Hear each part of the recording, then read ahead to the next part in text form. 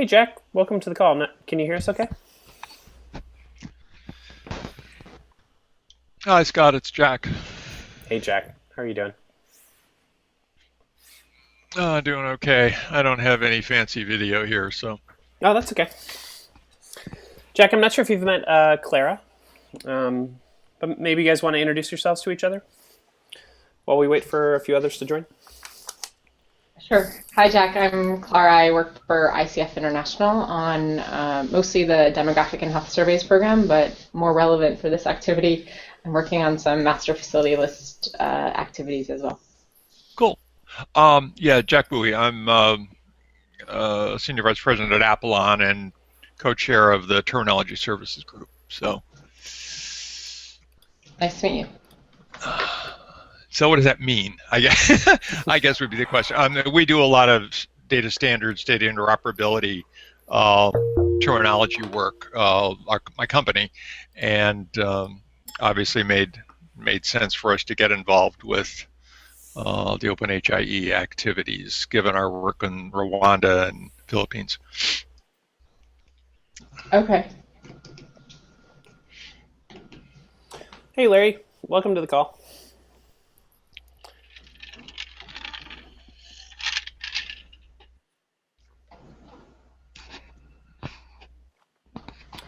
So I'm trying to follow up with Neve to see if she's able to join as well, because I know she was particularly interested to speak with you, Jack. Let me ping her a couple times. Hold on. But if she can't join, we have a number of questions that I think would be good to chat with you about stuff. All right. Where are you guys located? You guys, as in me? As in Scott, you and Clara. I'm in Brooklyn, New York. Oh, okay. I'm in Rockville, Maryland. Oh, beautiful Rockville, Maryland. Okay. I lived in Great Falls, Virginia for a while, so. It's more beautiful over there. Down in the Beltway area down there, so. Sure. But mostly a Northeast Boston guy. I happen to be in New Hampshire at the moment. Okay. Hey, Scott. Hey, Roger. How are you doing? Welcome to the call. We have a number of Thank other you so people much. on as well. We'll just wait a few. We'll wait a few more minutes and then we'll get started. Luke, welcome to the call as well. Hi, thanks. I'm in Kenya and was trying to get a couple of guys here to join, so I'm not sure if they will or not, but hopefully they can, because they will get more out of it than I will. They'll know more about it. Awesome. No, that's great. Thanks for inviting them. On a side note, one thing we've been trying to do for teams that are either in East Africa or Asia is have like a call that's a bit more available for them to join, and trying to do it 7, 8 a.m. Eastern time here. And we've been focusing mostly on the team in Tanzania. They might be your colleagues from Kenya might be interested to join that call if it's easier for them to make it as well sometimes. Okay, yeah, that probably would. I'm not sure if they'll be able to make it tonight or not, so. Okay, cool. I let them know. We'll see. Yeah, no, great. I appreciate that. Scott, can you hear me at the right volume, or no? It's a tiny bit soft, but I can hear you okay, Larry.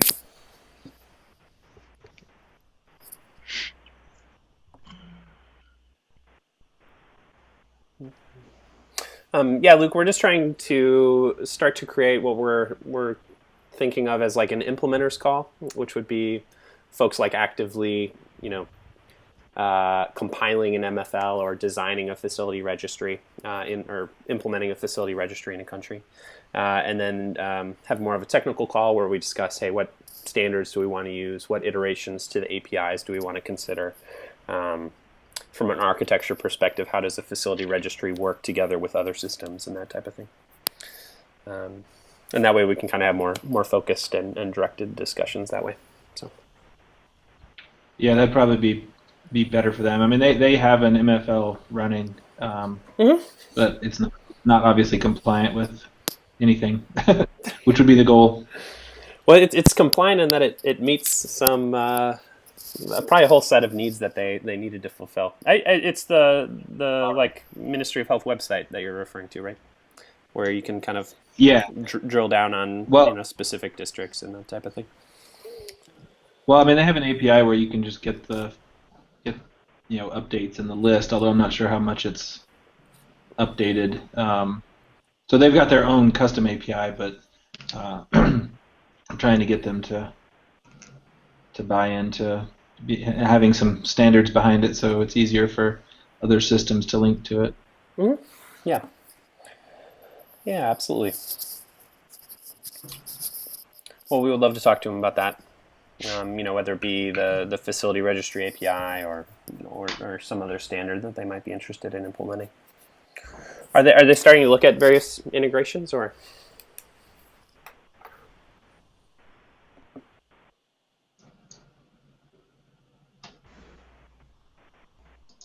Nope.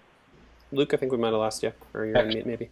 My connection's pretty bad. It's kind of coming and going. Oh, okay. I'm not sure if they've looked at much yet. I know they have some meeting next week trying to talk about just the whole eHealth enterprise architecture, and we've mentioned OpenHIE to them. They're interested in something. They just have to get the political will behind it, I think, more than anything. Yeah, sure. Well, whatever we can do to support them, we would be happy to explore that. So, all right. Well, hey, why don't we get started? We're at about 5 after. For today's call, what we were thinking we would focus on is discussing the terminology service and how a source of truth could help share standard code sets to a registry like a facility registry. And this need came out of, a couple discussions in Tanzania where they have a complex administrative hierarchy, that kind of starts at Tanzania as a country and goes all the way down to the district and ward and street kind of neighborhood level that they want to have standardized across a number of different systems. And then there's also kind of more just kind of run-of-the-mill code sets like type of facility or ownership. And they just wanted to look at, hey, how would we be able to potentially standardize that? And there's also been some related work in Rwanda to this regard. And so what we did was we invited Jack, who is the community lead for the terminology service community. And Jack, we had kind of a list of questions that had come up, and I didn't necessarily know the answers to them. I'm sharing them in a group notes file. If you guys click on the little Google Drive triangle on the left, you can see a Hangout file with notes in it. And these were just copied from our past meeting. So yeah, let me know if you have any trouble accessing that. But Jack, we would love to kind of pick your brain about how the terminology service community is thinking around managing these more general code sets as opposed to medical terminologies. And kind of get your guidance on how could we proceed together in kind of looking at maybe designating some, maybe we would think of them as transactions for code sets moving from a terminology service as a source of truth and being consumed by a facility registry, and how we might go about doing that with some standards that you might propose, or what APIs would be available and what's kind of the current state and where might we want to go from here. Sounds good. Do you want to kind of lead through the questions, or? Yeah, well, maybe if you could just give a quick summary of what has been done in Rwanda to date and where the terminology service community is kind of in your own processes currently. I think that might be a good gateway just so we know kind of your current state, and then we can run through a couple of the kind of questions that had come up, and those are mostly what's the function of the terminology service component as it is right now. What APIs are available and what standards are being used in those APIs and those kind of things. Okay. Mm-hmm. Hey, Ed, welcome to the call as well.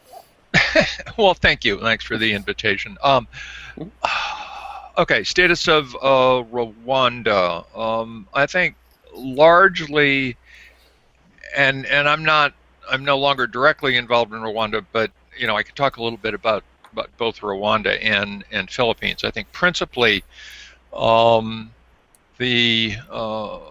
terminology service in Rwanda has been used to manage, I guess, classically what we'd call clinical terminologies, LOINC, ICD-9, ICD-10, those types of terminologies that would be used within kind of the clinical world, clinical data repository world, OpenMRS, etc., for normalization and standardization of the clinical information that's coming back around.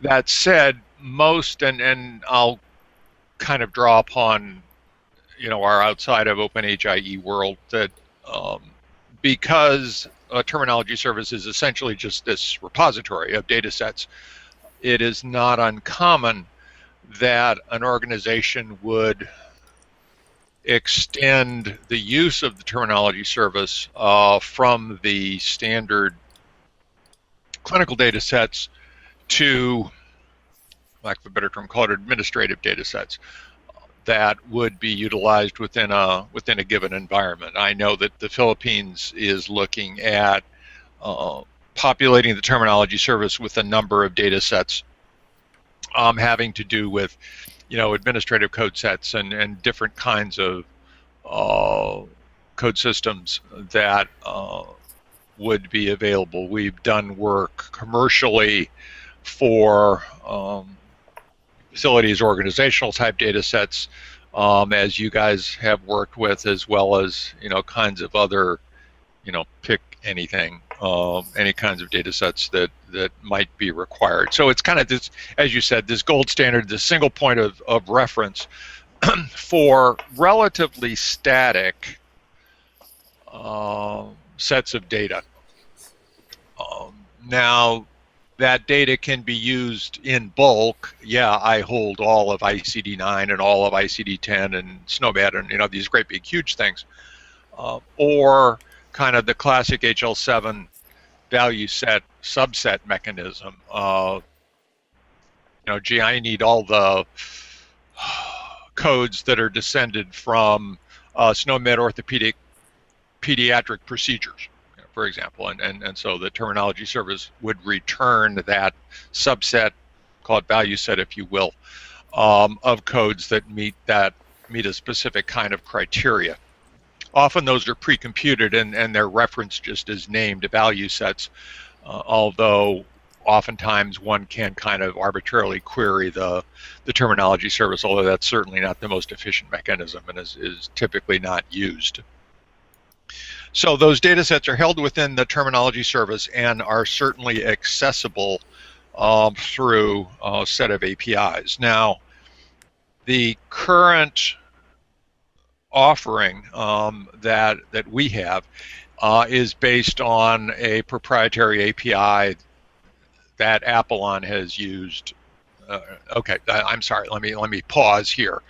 So that's the kind of the general set of terminology services. My company, Apollon, has a product called DTS, Distributed Terminology System, which is the implementation of a vocabulary service that is used by Rwanda and is going to be used by the Philippines specifically. This is an open source terminology server, so you can go out and you can get the code, and it doesn't cost you anything to run it and all that kind of stuff. It has an API associated with it so that you can do the things I described before. If you want, you could get all the concepts in SNOMED, for example, or you could get all the descendants of pediatric orthopedic procedures in SNOMED. This is, and I described it as a proprietary API only to the extent that it's not an industry standard API. It's just an API that we've developed over the past 15 years that's available as part of this product. So that's kind of current state, if you will. Going forward, a couple of things are happening and have happened. If you look at the OpenHIE workflows per se, the only terminology service API, if you will, or method that's a part of those workflows is a validation method. This normally comes from the interoperability layer, so the interoperability layer would get an HL7 message that might have, a bunch of link codes associated with lab tests, and one of the requirements before that goes into medical record system is to make sure that in fact those link codes are valid, that somebody didn't make something up or it's some funny local code or something like that. So there is a specific API that's part of the processing workflow that says validate that code 1, 2, 3, 4, 5, 6, 7 is in fact a link code. And there is an API, again, part of the DTS API that allows the interoperability layer to go out and validate that code against the standard version of LOINC that is maintained in the terminology service. So really, that's the only defined terminology service transaction today that is part of the OpenHIE quote-unquote specification, if you will.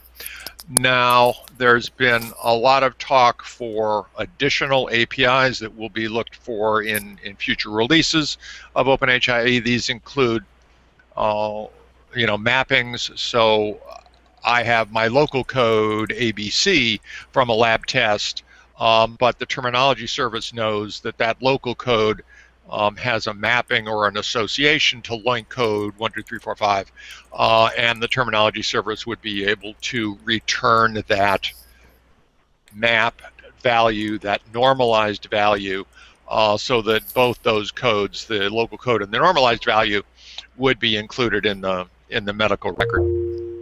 A lot of times you'd like to be able to perhaps validate against a whole value set.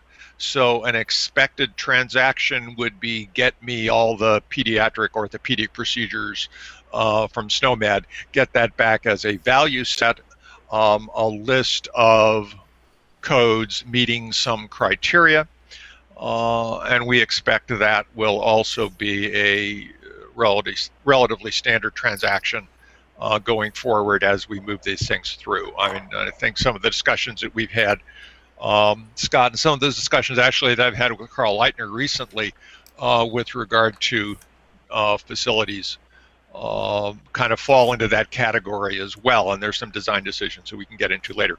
But basically it's the idea of you may want to validate a code, you may want to get the translation or the mapping of a code, you may want to get a set of codes that meet a certain set of usually predefined criteria to take advantage in some standardization process. There's the data analysis process, so that if you want to go through and do an analysis that show me all the patients that have a diagnosis of diabetes and are on a diuretic, for example. Well, the difficulty with that is, what's a diabetic patient? Well, it's a patient that has a primary diagnosis of diabetes. Well, maybe it's not diabetes, maybe it's type 2 diabetes, maybe it's NIDM, maybe, there's this whole list of codes that constitute diabetes. There's a whole list of drugs that constitute diuretics. So to do that kind of clinical analysis, you need to have essentially curated ways of saying, well, gee, what are all the codes that would constitute a diabetic code? What are all the drugs that constitute a diuretic? And using the terminology service to retrieve those sets is very common for a variety of clinical data analysis applications, so that you're getting consistent results for those kinds of analyses. Mm-hmm. So those are the standard use cases, and let me pause and see if there's any questions on any of this. Did that make sense? Yes, it did make sense. Hey, this is Edward. So, yes. Yeah, thank you for that great description. I'm wondering how you deal specifically with one of the common issues that happens in any sort of vocabulary and data warehousing and the likes, which is that of like slowly drifting dimensions, where you have like a vocabulary set, a list of categories or something, and there's changes. how do you see the clients? I imagine that the clients say that they're not just consuming a specific vocabulary or data set or something like that, but they also must say which version they're using.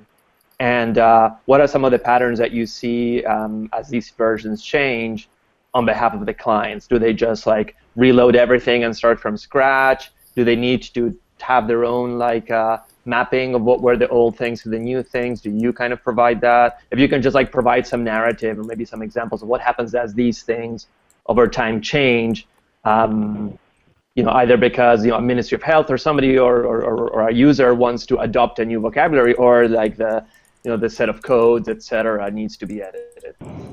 Right. Yeah. Great question. Maintenance and governance of all these are, kind of what's underneath the tip of the iceberg, if you will, for any of these systems. Yeah. A couple of general philosophies I think that we have seen. Everything changes, right? The description of hepatitis, it used to be there was only A and B, and there was not A and B, and now there's C, D, E, blah, and all these things, medical knowledge expands. The question is how relevant is kind of going back and trying to restructure the world. Most places, I would say, don't try to restructure the basic data that is stored. And there's some good reasons for this. So let's take some classic examples. So I'm reading in a bunch of local lab tests, and I have developed a map of those local lab tests to LOINC, so it's more standardized. And that was basically done at a point in time, right? And 2 years ago, I did this great mapping, and now LOINC has moved on, and they've added new codes. Presumably, they have not deleted codes. One likes to think that nobody deletes standard codes anymore, but they may inactivate those codes, meaning that they're not in use anymore. Mm-hmm. It's probably not appropriate to go back and historically try to remap all the old data. That gets into all kinds of issues about, well, what did they mean 2 years ago when they said this map is, XYZ. So if you really feel like it's really important, you go develop a map to the latest version of LOINC, and you use that map going forward. But retrospectively changing maps probably isn't worth the pain of going back and doing that. However, this brings up one really key point, and that is if you're looking at this kind of whole mapping problem, and I'm sorry, I can get on very high soapboxes about mapping, but what gets stored in the medical record should always be the verbatim or the way it was entered by the provider, and this is what it is in SNOMED, or this is what it is in LOINC, in the standardized value. Our recommendation is that one never destroys the verbatim. The verbatim is unique knowledge, and in many countries, that's not allowed by law, etc. But it's really easy to say, well, I'm only going to store the standardized value in my, CDR or whatever it is, and that really prohibits doing some of the retrospective analysis that you want to do. Putting that aside, then, one gets into the area, well, now I want to do my analysis of show me all the diabetic patients that are on diuretics. That's generally done using the quote-unquote latest version of the standard, so that you don't kind of pre-compute this and have a little flag in Jack's medical record that says he's a diabetic, and that got put in there 3 years ago, and that doesn't change. His atomic data, my atomic data is in that medical record, but when one does analysis, is he a diabetic patient, is he on a diuretic, that analysis is performed using, the latest version of the standards that are often nationally dictated. You will use, version XYZ of SNOMED or NDF or whatever it is to kind of do those analyses. So it's a really great question. It's really hard to give a definitive answer to it. A lot of it is, well, what's going to be the most efficient way to do it, and where is the value? Is there really value in, SNOMED has a new release every 6 months. Do I kind of remap all of my patient data for the last 10 years to the latest version of SNOMED? Probably not a terribly useful thing to do. You try to use the latest version of things as that's appropriate, with the realization that sometimes you just have to do things historically. And it is important to know, well, what did this code look like 3 years ago? Especially if you're looking at things like billing, which we don't normally get into in OpenHIE, but if you're doing billing, the billing rules change. The billing rules change based on ICD codes, and you kind of have to know what that was last year. You can't just kind of say, well, I'll use the 2014 codes to figure out what the bill should have been in 2013. Not always a good thing to do. So these are all judgment calls. They're policy decisions that generally have to be made based on the economic benefit for doing all the work that would be required to keep everything, up to date with the latest versions. The role of the terminology service is to have those versions available for time-based queries, so that in fact you can go back and be a little more comfortable that you can do those kinds of analyses. Before we go on, let me add something to the first question, and that will, what kind of APIs do you use?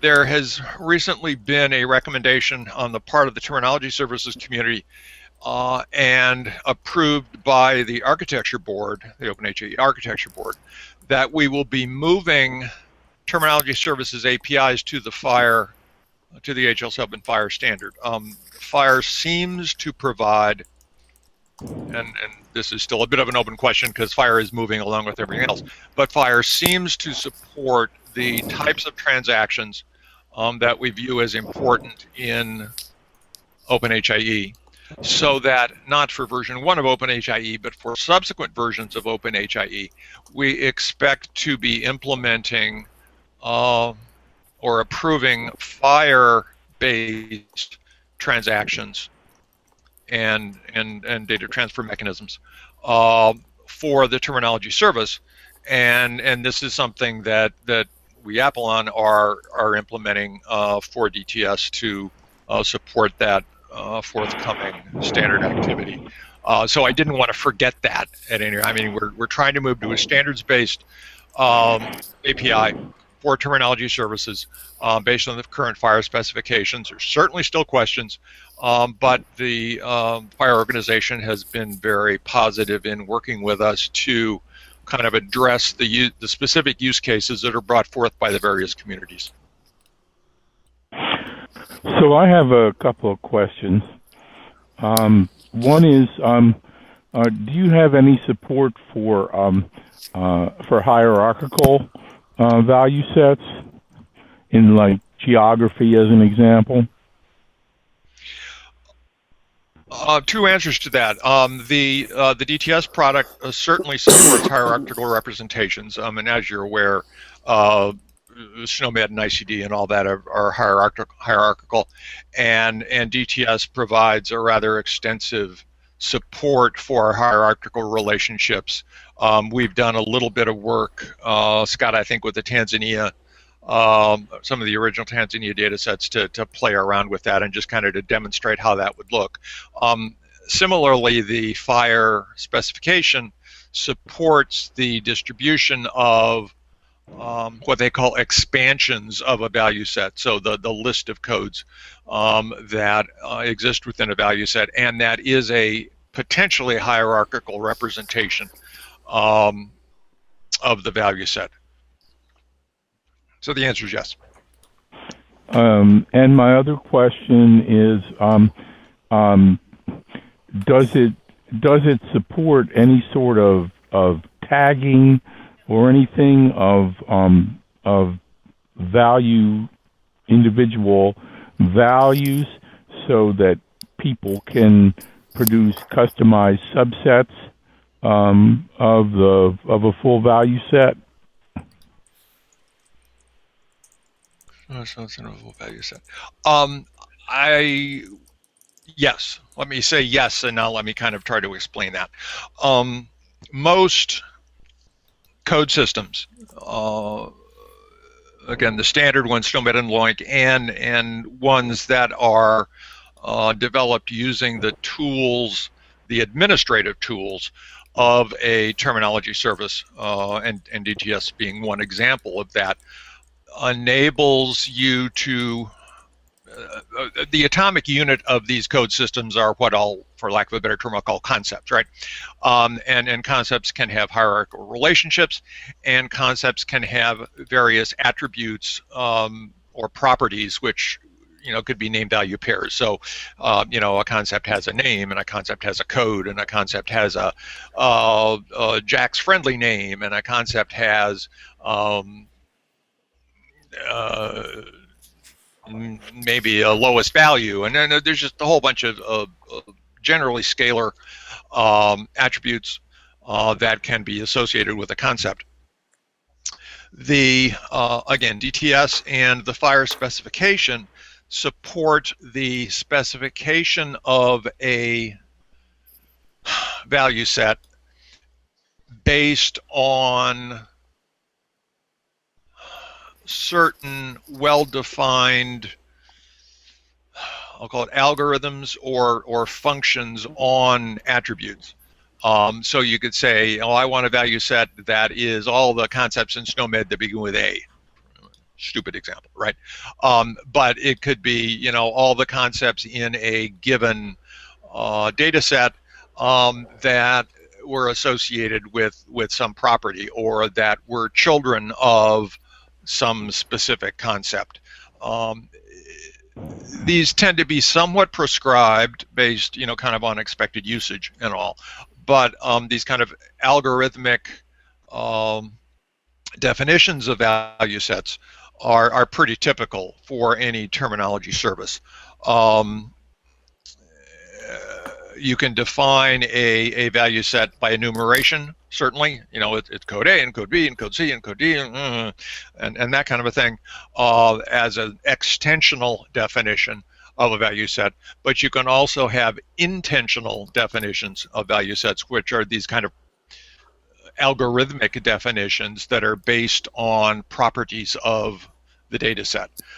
Now, one of the issues obviously becomes every code system has its own idea about what these property values ought to be, and they all have different names, and so it gets a little funky in that you have to know the characteristics of the values of the code system to be able to develop an appropriate value set. You just can't do it. Well, here's we'll go do this, and tell me these things about LOINC and throw in some values, because maybe LOINC doesn't have those values.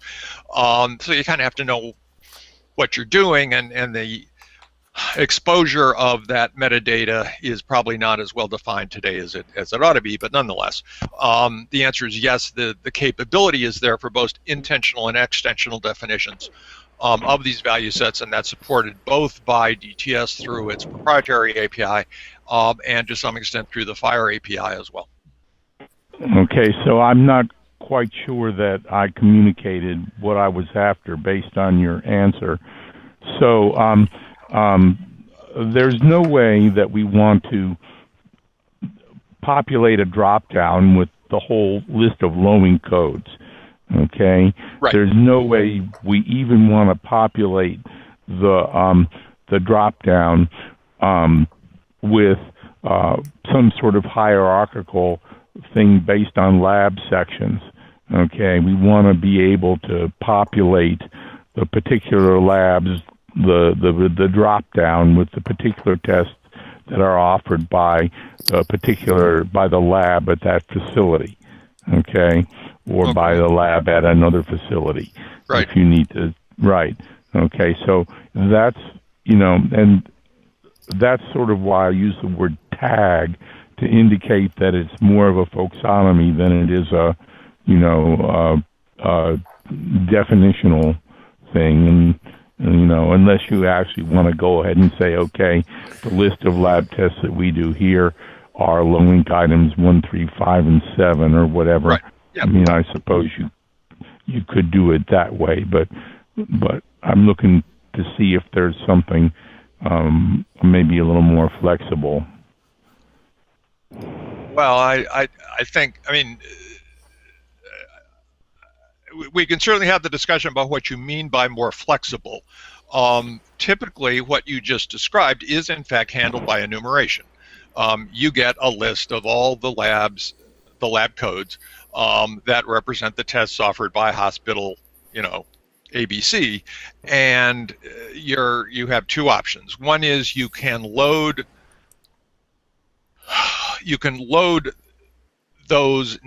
that list into a terminology service and call it, this is Jack's Hospital laboratory tests, and it is a standalone code system like Loink or like SNOMED or something like that. A more typical way to do it is, in fact, by enumerating that in a value set, by saying here is, value set Jack's local lab tests is made up of the following Loink lab test codes.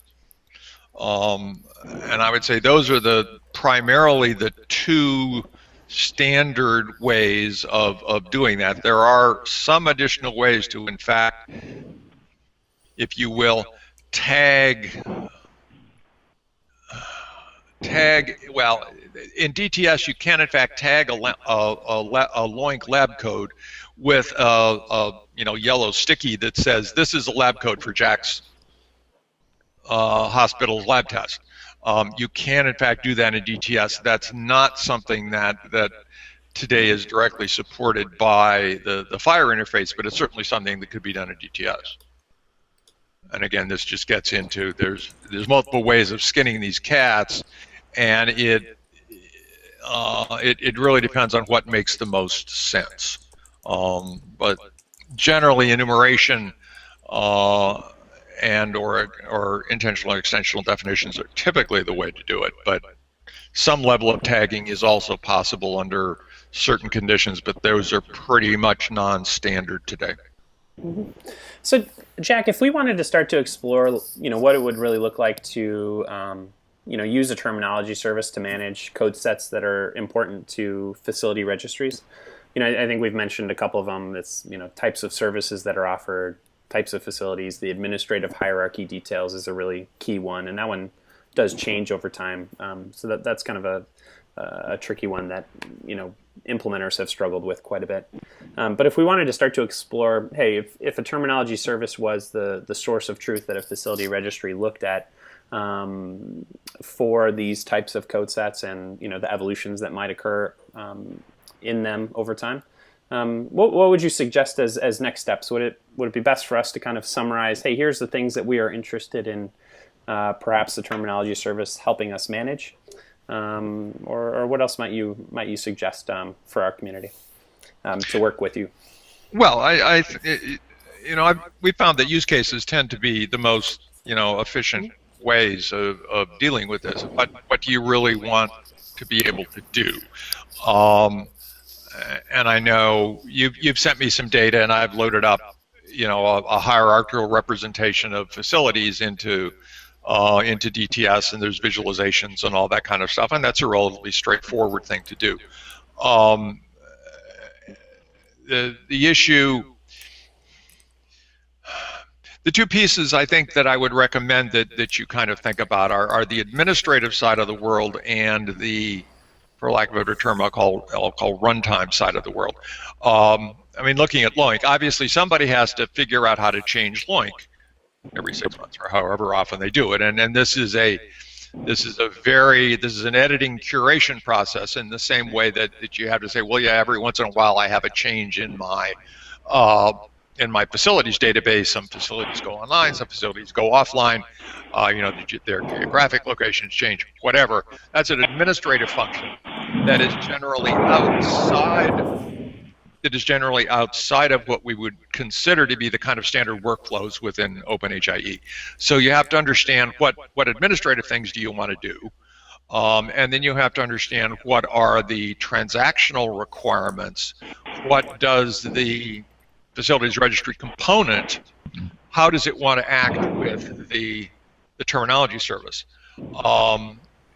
and are in fact, let's say, so if you want to change facilities, how would that change of facilities would it occur? Would it occur through the use of tools in the terminology service that permit maintenance of general terminologies, or is that something that occurs within a facilities registry component, and then in fact the terminology service is just acting as an archive, as a storage mechanism to be able to do that, and there are occasionally good reasons to do that one way or the other. The terminology server tends to have all kinds of things about it. It understands versioning, and it understands time travel, and it understands time-based queries, and all those other kinds of things, which may or may not be something that you want to get into in the terminology service in the facilities registry component. So it's those two pieces. When you think about work use cases, there's kind of what you have to do on a day-to-day basis to keep the world running, and then what are the administrative functions that you see, and how do you see those administrative functions being provided? And I hope that doesn't sound overly complex, but in fact that's the reality that any code system right, no, absolutely. kind of deal with.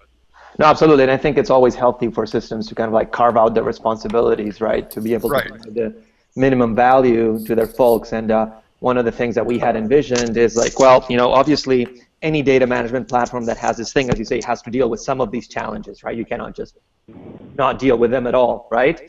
But there are some things that could be provided by terminology service that gives it that extra oomph if you wanted to do like an honest-to-goodness sort of like long-term enterprise thing. So for example, the data dictionary for facilities of different types managed by different entities over time will change, right?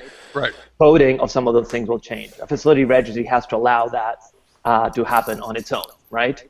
However, if you have a terminology services, server system somewhere in the environment, in the orbit, then you could say, well, there's things that the facility registry doesn't do, like provide a detailed, mapped, indexed history of the transition of your value sets, right? I mean, obviously, the facility registry by itself will allow you to change, a list of colors of facilities from red, green, blue to red, green, blue, purple, right? And let you assign codes and change that, because it has to do that in order to be even moderately useful, right? What it will not necessarily do is say, well, I mapped my old green to ICD so much, and my new green to ICD or my old green is the same as the new green really, but the old blue is not the same as the new blue, and things like that, which I assume, and I infer from what you're describing, is what the terminology services are like more adept at providing.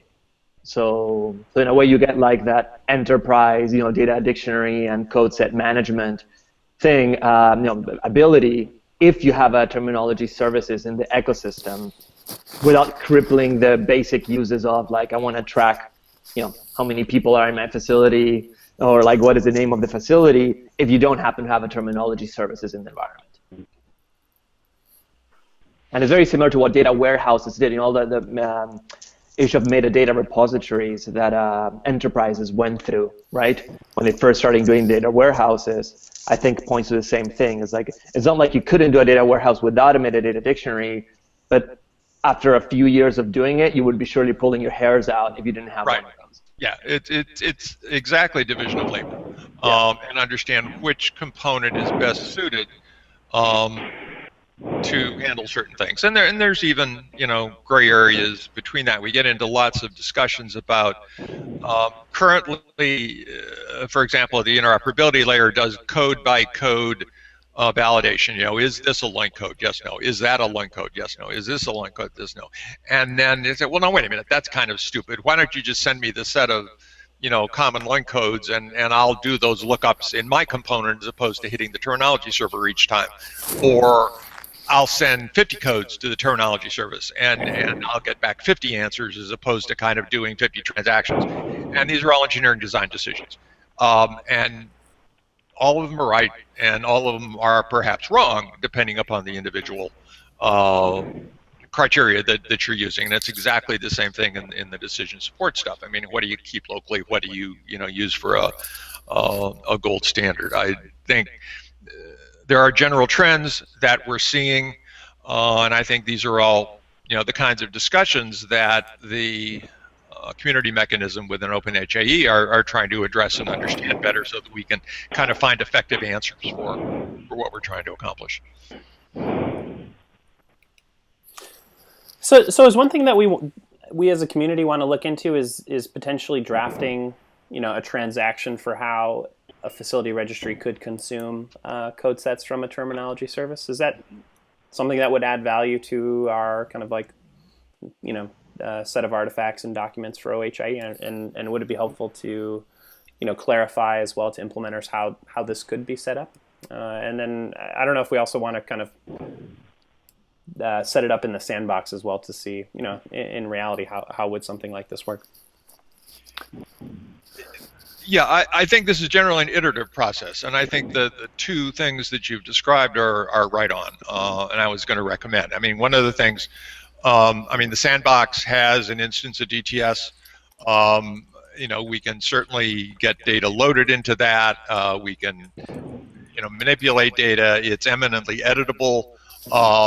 Not all those interfaces are necessarily exposed today, but they certainly could be, and they certainly can be for, kind of playing around, as we say.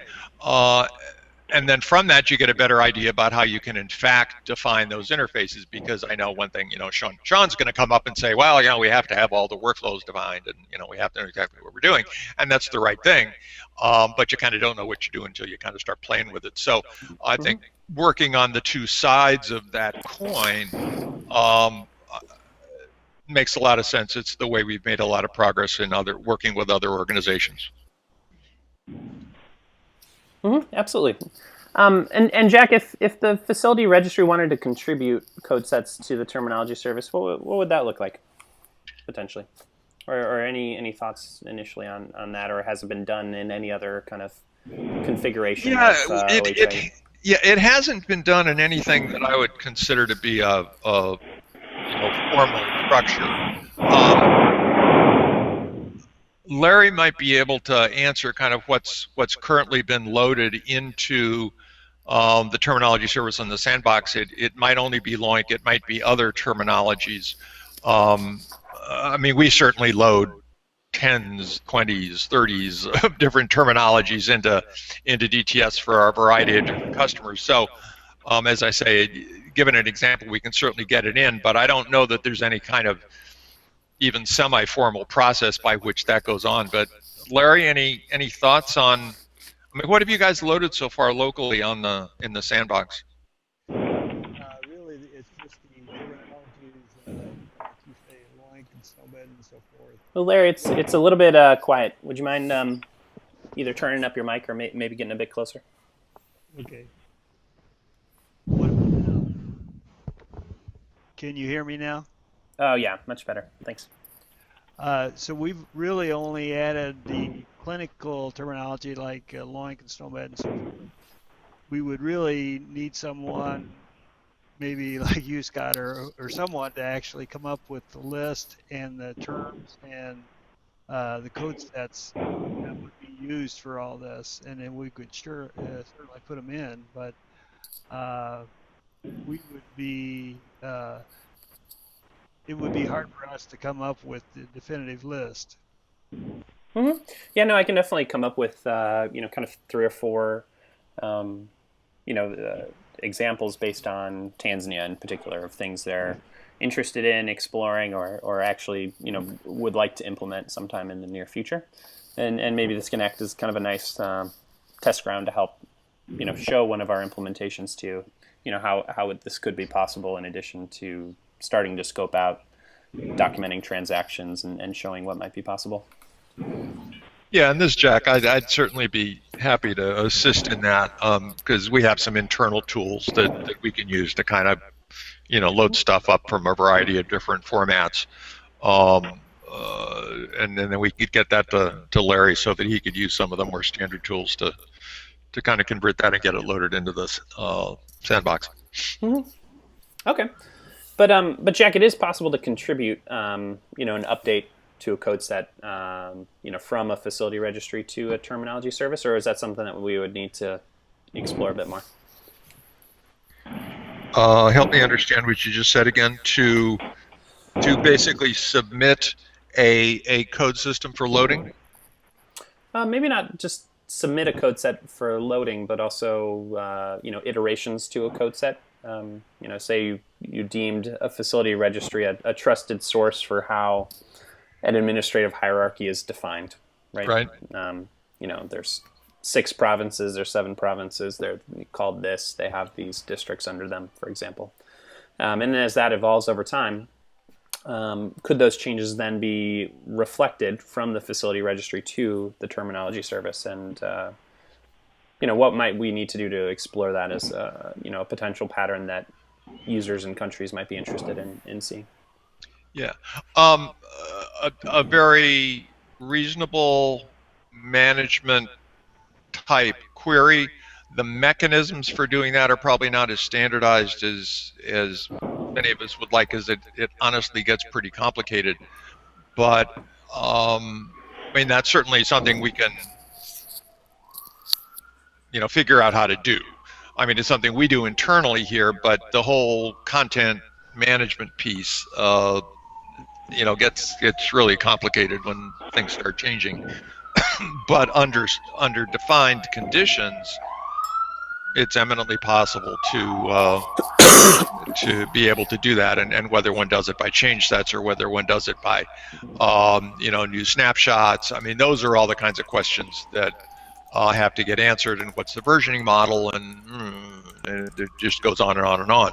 But that's why you kind of document, and and you're saying, well, here's my straw man proposal if this is what I want to do, and then we figure out what the best way to implement that is, or what are the transactions that are necessary to do it. Okay, great. So it sounds like we have some potential next steps, but I wanted to just take a second to see if anyone else on the call wanted to ask any questions or add anything that's related to implementations they're working on.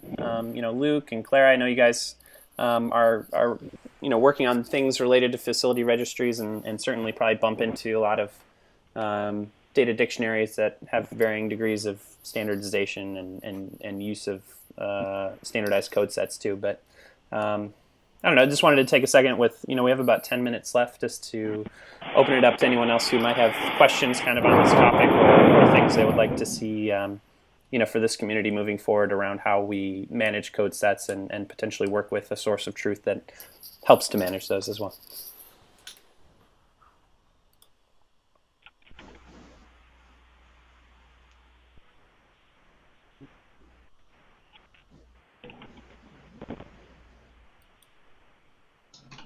This is Clara. No specific questions on my side. It was really interesting to hear about some of this work, and have to kind of think through how it might apply to some of our work. But I know that it's a really important topic for us to be exploring a bit more. Okay, thanks, Clara. Luke or Mark or Roger, anything you guys want to add, kind of, or questions before we start to move to wrap up the call? I guess I wanted to hear about multilingual capability. Oh yeah, great. Thanks for that question, Roger. So, Jack, have you had any examples of implementations that want to have code sets that are multilingual? So, maybe French and English, or Swahili and English, or something like that might be common things that we bump into in various implementations. And how do you guys typically handle those?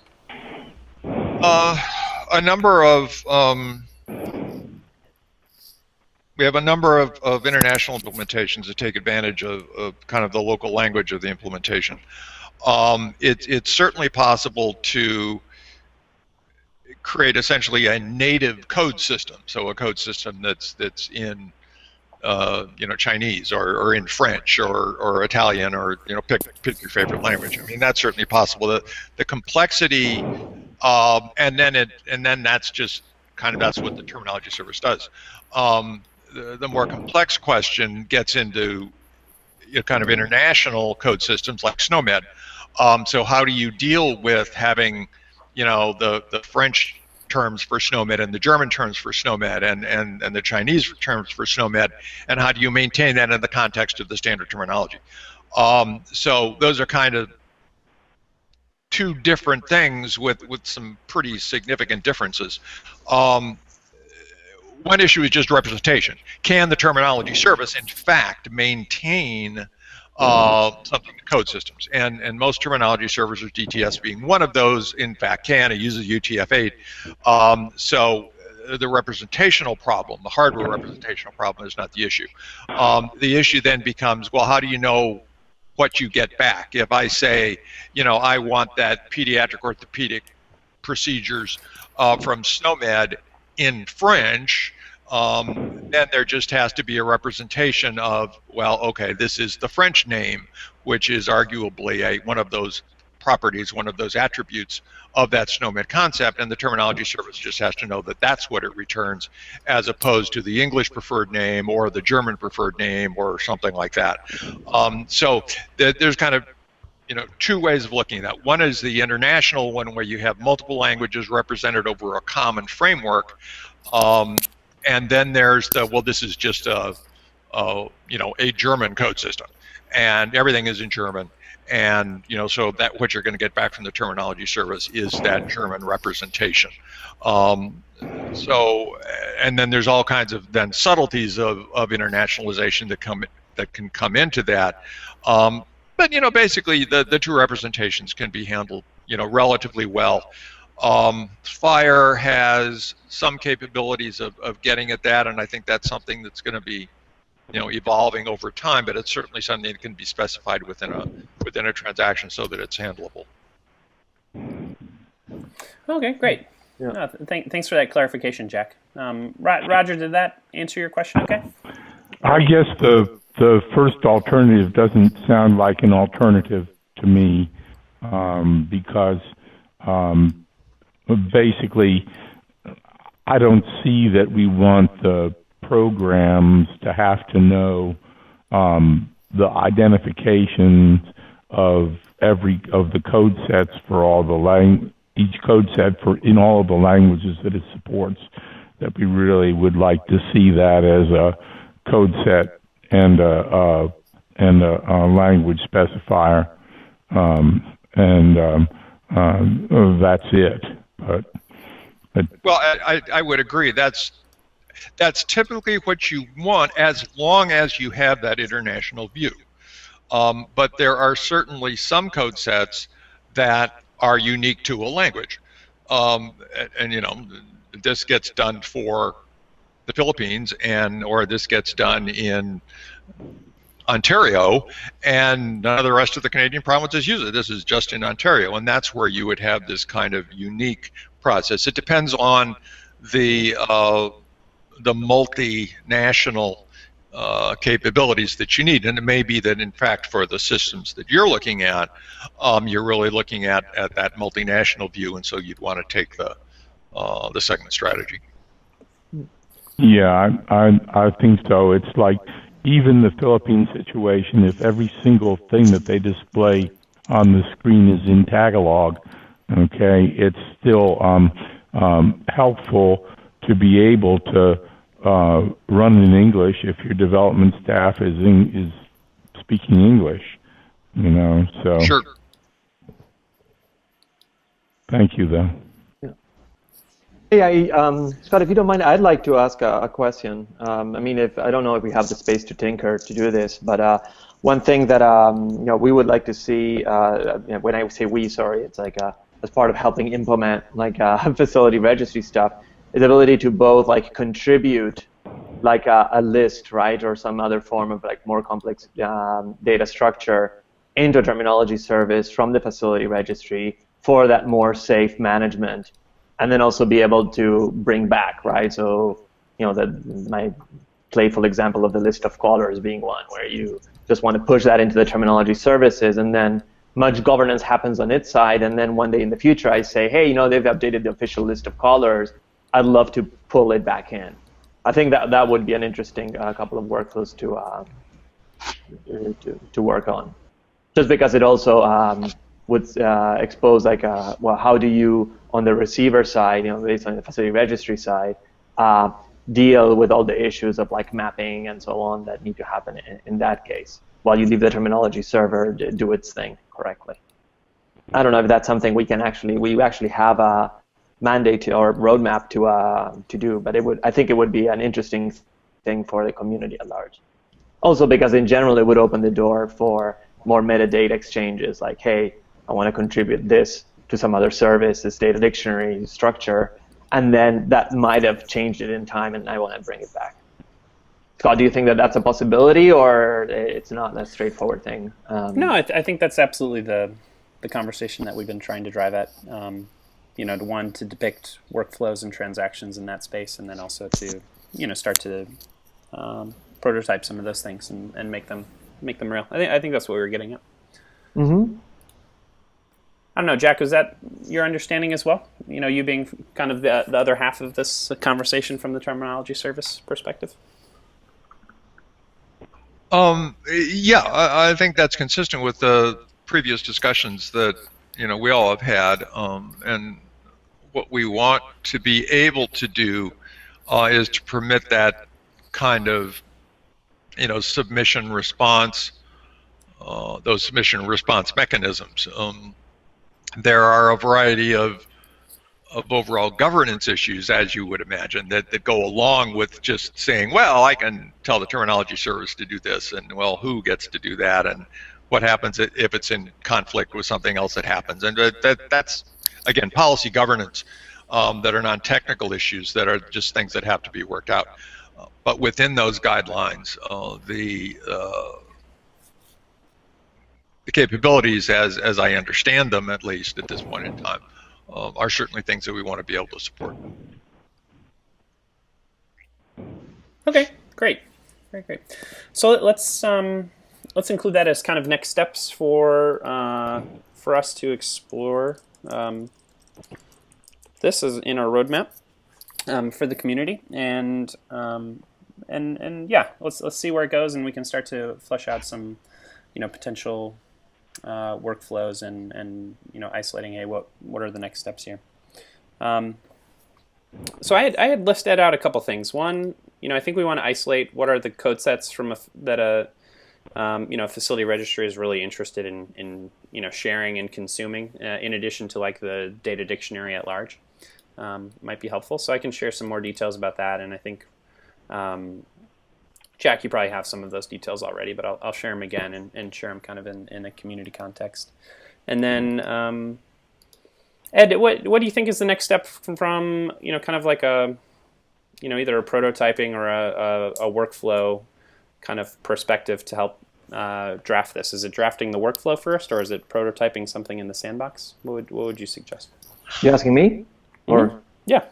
No, I think the first thing is really to identify a couple of user stories from facility registry implementers where this management of the terminologies pops up as an underlying gap, right? I don't think it would be common for implementers of facility registries at this stage of maturity to say, I know what the solution is for the problem, but I do expect them to express problems that terminology services allude to, right? Mm-hmm. So I don't think there'll be any story that says we need a terminology service for X, but I think there'll be stories that say, how do I keep a hierarchy synchronized between system A and system B, or things that kind of hint at the gap. Exactly. I think we have those user stories currently. They mostly focus on around administrative hierarchies. So yeah, so I think we're ready to progress from there. Mm-hmm. Yeah, I would start there, because otherwise the workflows we can do can all be like pie in the sky ideas of what problems are, but I'd much rather try to solve a couple of tangible things where the value would be recognized by those who have the problem. Okay, I agree. Well, hey guys, we're a couple minutes over our call. Any closing thoughts or questions before we wrap up for today?